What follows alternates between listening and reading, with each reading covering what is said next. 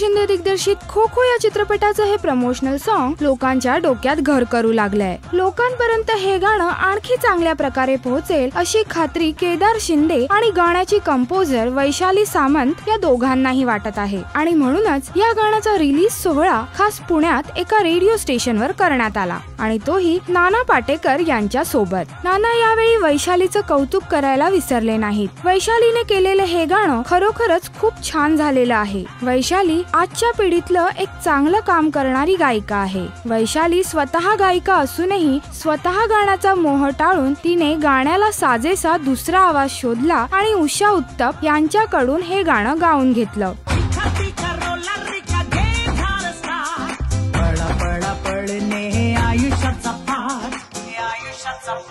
आता तर नानांचा खोही या चित्रपटाच्या टीमला मिळालाय, त्यामुळे सर्वच खूप उत्साहित असणार आहेत हे नक्की। राष्ट्रीय मराठी करिता श्वेतांबरा सावंत। नमस्कार, मी भरत जाधव आणि तुम्ही पाहत आहात राजश्री मराठी।